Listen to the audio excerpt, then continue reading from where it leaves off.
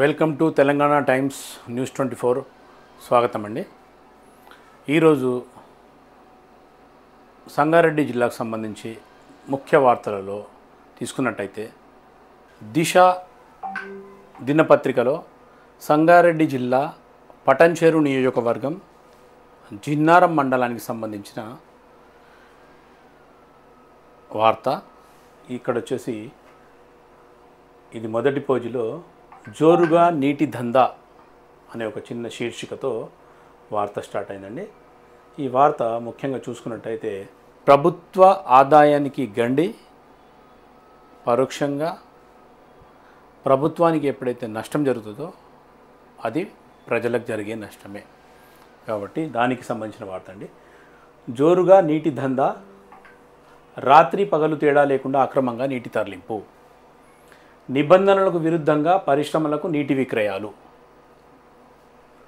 చోద్యం చూస్తున్న రెవెన్యూ అధికారులు, 20 ఏళ్లుగా యథేచ్ఛగా కొనసాగుతున్న నీటి వ్యాపారం. ఇది ఏదో 6 నెలల నుంచి 1 సంవత్సరం నుంచి జరుగుతున్న వ్యాపారం కాదండి, గత 20 సంవత్సరాల నుంచి జరుగుతున్న వ్యాపారం అంట. 20 ఏళ్ల నుంచి అక్రమ నీటి వ్యాపారం జోరుగా సాగుతుంది. అయినా ఇక్కడి అధికారులు ఎలాంటి చర్యలు తీసుకోవడం లేదు. కొత్తగా రెవెన్యూ అధికారులు వస్తే హడావుడి చేస్తారు. తీరా లెక్క కుదిరేసరికి మామూలుగానే వ్యాపారం కొనసాగుతుంది. ఇప్పుడు ఏదైనా వార్త వచ్చిందనుకోండి, పత్రికకు సంబంధించిన ఏదైనా పత్రిక ప్రభుత్వ ఉద్యోగుల దృష్టికి తెచ్చి ఇది తప్పయ్యా, ఇట్లా జరుగుతుంది, దీనివల్ల ప్రభుత్వానికి నష్టం జరుగుతుంది, పరోక్షంగా ప్రజలకు నష్టం జరుగుతుందని ఏదైనా వార్తాపత్రిక కష్టపడి జరుగుతున్న అన్యాయాన్ని అధికారుల దృష్టికి తీసుకెళ్తే కేవలం ఆ వార్త వచ్చినప్పుడు హడావుడి చేసి అక్కడ సంబంధించిన ఎవరైతే సంబంధిత అధికారులు ఉన్నారో వాళ్ళు అక్కడ చేరుకొని హడావుడి చేసేసి వాళ్లకు బేరం కుదిరిందనుకోండి శరమామూలే అనే విధంగా ఇక్కడ వాడుతుందండి. ఇది జరుగుతుంది కాబట్టి ఈ రకంగా ఈ వార్త వచ్చింది. తీరా లెక్కలు కుదిరేసరికి శరమామూలే, లెక్కలు కుదరాలంట. అంటే వాళ్ళు ఆఫర్ చేసే ఆఫర్ కానివ్వండి, లేదంటే వీళ్ళు అడిగేదానికి వాళ్ళు జవాబు కానివ్వండి, ఇది కుదిరిందనుకోండి మామూలే. వాల్టా చట్టం ప్రకారం ఎలాంటి అనుమతులు లేకుండా అక్రమార్కులు యథేచ్ఛగా జిన్నారం మండలంలో నీటి వ్యాపారం చేస్తున్నారు. ఈ వ్యాపారం చేస్తున్న వ్యాపారస్తులు ఎవరైతే ఉన్నారో ఆ ట్యాంకర్లకు సంబంధించిన వ్యక్తులు కానివ్వండి, ఆ ట్యాంకర్ల యజమానులు కానివ్వండి, లేదంటే ఆ ట్యాంకర్లు నడుపుతున్న డ్రైవర్లు కానివ్వండి, ఆ ట్యాంకర్ల ద్వారా నీళ్లు కొనుగోలు చేస్తున్న వ్యాపార సంస్థలు కానివ్వండి, పరిశ్రమలు కానివ్వండి, వీటన్నింటికి ఎక్కడ కూడా వ్యాపార లైసెన్స్ అంటే ఎలాంటి లైసెన్స్ లేకుండానే నీరు తీసుకుపోవడానికి, నీరు అమ్ముకోవడానికి ఎట్లాంటి వ్యాపార లైసెన్స్ లేకుండానే ఇది కొనసాగుతుంది. అక్రమ నీటి వ్యాపారస్తులు రెవెన్యూ అధికారులకు పూర్తిగా సహకరిస్తుండటంతో ఈ వ్యాపారం కొనసాగుతుందని ఆరోపణలు ఉన్నాయి. ఆరోపణలు అక్షరాల మనం ఇంతకుముందు ప్రస్తావించినట్టే వార్త ఎప్పుడైతే ప్రభుత్వ అధికారుల దృష్టికి వస్తుందో అప్పుడు ఆ ప్రభుత్వ అధికారులు వదిలేసి ఎక్కడ జరుగుతుంది ఇవి చూసుకొని ఊరికే నామమాత్రపు చర్యలు అన్నట్టు ఏం జరుగుతుంది, ఎక్కడ జరుగుతుంది కొద్ది పరిశీలించి ఈ క్రమంలోనే వాళ్లకు లెక్క కుదిరితే అది శరమామూలి అన్నట్టుగా జిన్నారం మండలంలో విమర్శలు ఉన్నాయి. వార్త డీటెయిల్స్ వార్త లోతుగా పరిశీలించినట్టే రాత్రి పగలు తేడా లేకుండా అక్రమంగా నీటి తరలింపు. రాత్రి లేదు, పగలు లేదండి, 24/7 ఏమీ తేడా లేకుండా నిరంతరంగా వ్యాపారం కొనసాగుతుంది. నిబంధనలకు విరుద్ధంగా పరిశ్రమలకు నీటి విక్రయాలు, ఎలాంటి నియమ నిబంధనలు లేవు, నిబంధనలకు పూర్తి విరుద్ధంగా విక్రయాలు జరుగుతున్నాయి. చోద్యం చూస్తున్న రెవెన్యూ అధికారులు, 20 ఏళ్లుగా యథేచ్ఛగా కొనసాగుతున్న నీటి వ్యాపారం. వివరాల్లోకి వెళ్తే జిన్నారం మండలం 20 ఏళ్ల నుంచి అక్రమ నీటి వ్యాపారం జోరుగా సాగుతుంది. అయినా అక్కడి అధికారులు ఎలాంటి చర్యలు తీసుకోవడం లేదు. కొత్తగా రెవెన్యూ అధికారులు వస్తే హడావుడి చేస్తారు.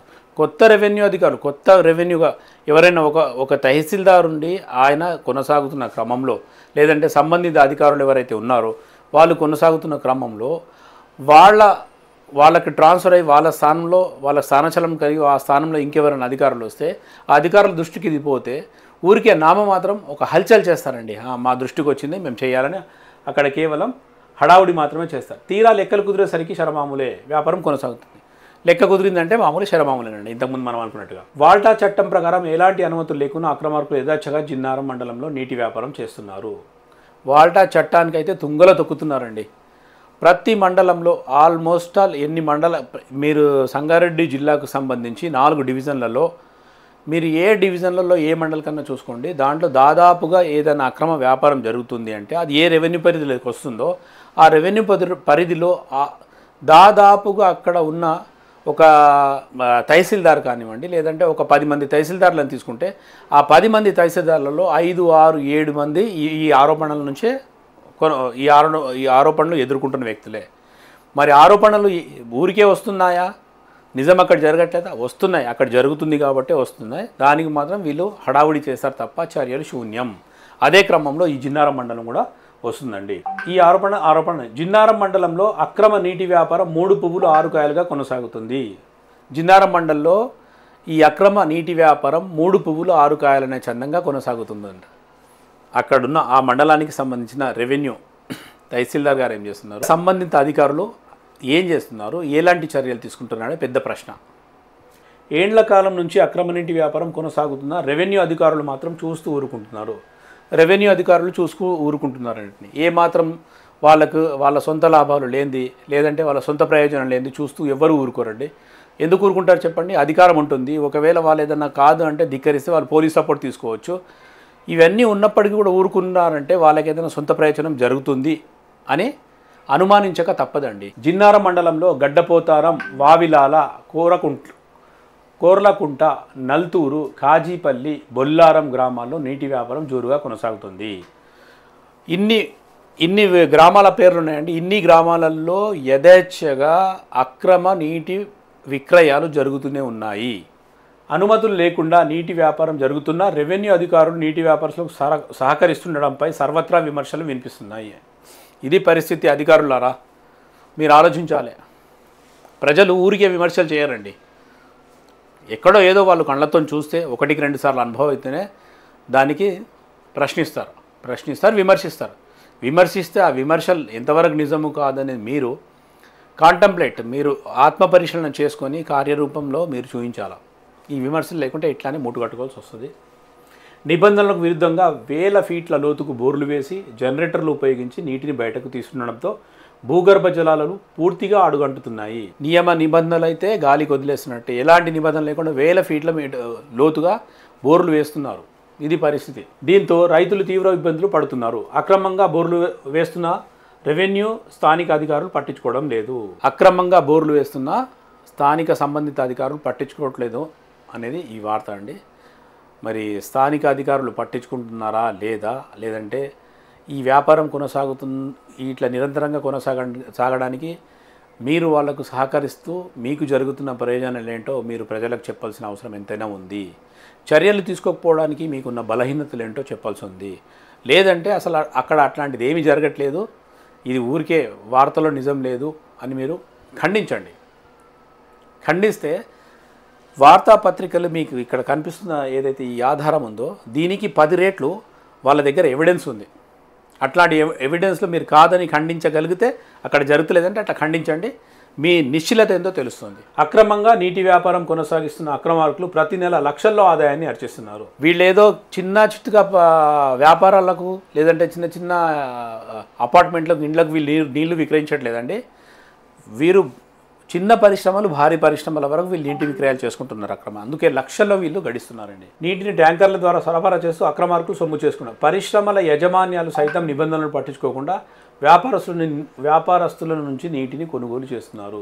ఈ విషయమై అధికారులు దర్యాప్తు జరపాలని ఆయా గ్రామాల ప్రజలు కోరుతున్నారు. చూడండి, తహసీల్దార్ గారు గ్రామాల ప్రజలు కోరుతున్నానంట, దీని మీద దర్యాప్తు చేయండి. మరి దర్యాప్తు ఎందుకు చేయట్లేదండి? దర్యాప్తు చేసి ప్రభుత్వానికి ఏదైతే నష్టం జరుగుతుందో, ఏదైతే అక్రమంగా నీటి విక్రయాలు చేస్తున్నారో, వాల్టా చట్టాన్ని తుంగలో తొక్కుతున్నారో దాని మీద కఠినమైన చర్యలు తీసుకుంటే ప్రభుత్వానికి మీరు మేలు చేసిన వాళ్ళు అవుతారు. ప్రభుత్వ ఆదాయానికి గండి పడుతున్న దానికి అడ్డుకట్ట చేసిన అధికారులు అవుతారు. కాబట్టి మీరు దీని మీద చర్యలు తీసుకోవాలని అక్కడి ప్రజలు కోరుకుంటున్నారండి. అసైన్డ్ ప్రభుత్వ శిఖం భూముల్లో బోర్లు. కాజీపల్లి, కొర్లకుంట, కిష్టాయిపల్లి గ్రామ శివారులో అక్రమార్కులు ఏకంగా ప్రభుత్వ అసైన్డ్ శిఖం భూముల్లో బోర్లు వేశారు. ఈ బోర్ల ద్వారా వస్తున్న నీటిని విక్రయిస్తున్నారు. ఈ విషయం స్థానిక అధికారులకు తెలిపినా పట్టించుకున్న పాపన పోలేదు. చూడండి ఎట్లా ఉంది వ్యవహారం. అసైన్డ్ ప్రభుత్వ శిఖం భూముల్లో సైతం బోర్లు వేస్తున్నారు. స్థానిక అధికారులకు ఫిర్యాదు చేసిన సమస్య వాళ్ళ దృష్టికి తెచ్చిన వాళ్ళు పట్టించుకోకుండా ఎట్లా అర్థం చేసుకోవాలి? అక్రమార్కులు చేస్తున్న అక్రమాలు ఒకవైపు అయితే మీరు మౌనంగా ఉండడం, మీరు మౌనంగా ఉండి దాని మీద చర్యలు తీసుకోకుండా పరోక్షంగా వాళ్ళకు సహకరించడం మీ పాత్ర లేదంటారా? మీరు ఒకవేళ ఎలాంటి ప్రయోజనాలు వాళ్ళ దగ్గర నుంచి మీరు పొందలేదు అనుకుందాం, సమస్యలు మీ దృష్టికి వచ్చినప్పటికీ మీరు చర్యలు తీసుకోకపోవడానికి మీకున్న బలహీనత ఏంటి? మీకు అడ్డుపడుతున్న ఆ శక్తులు ఏంటి? లేదంటే మీరు పరోక్షంగా వాళ్ళ ద్వారా పొందుతున్న ప్రయోజనాలు ఏంటి అనే ఈ ప్రశ్నలకు ప్రజలకు సమాధానం ఇవ్వాల్సి వస్తుందండి. ఇలాంటి అనుమానాలు ఎన్నో వస్తాయండి. మీరు చర్యలు తీసుకున్నట్టయితే ఇలాంటి అనుమానాలు ఎన్నో వస్తాయి. దానికి జవాబు చెప్పాల్సిన పూర్తి బాధ్యత అక్కడ సంబంధిత అధికారులదే. దుర్వినియోగం అవుతున్న ఉచిత విద్యుత్ ఒక కేవలం నీటితోనే ఆగలేదండి. ఎందుకంటే ఒకదానికి ఇంకోటి సంబంధిత వ్యవహారం ఉంటుంది కాబట్టి దాని తర్వాత దాని ప్రభావం విద్యుత్ పైన పడుతుందండి. రైతులకు ప్రభుత్వ ఉచిత విద్యుత్ను అందిస్తుండడంతో అక్రమార్కులు ఉచిత విద్యుత్ వినియోగిస్తూ అక్రమంగా వ్యాపారాన్ని కొనసాగిస్తున్నారు. విద్యుత్ శాఖ అధికారులు కూడా ఈ విషయంలో ఎలాంటి చర్యలు తీసుకోకపోవడం గమనార్హం.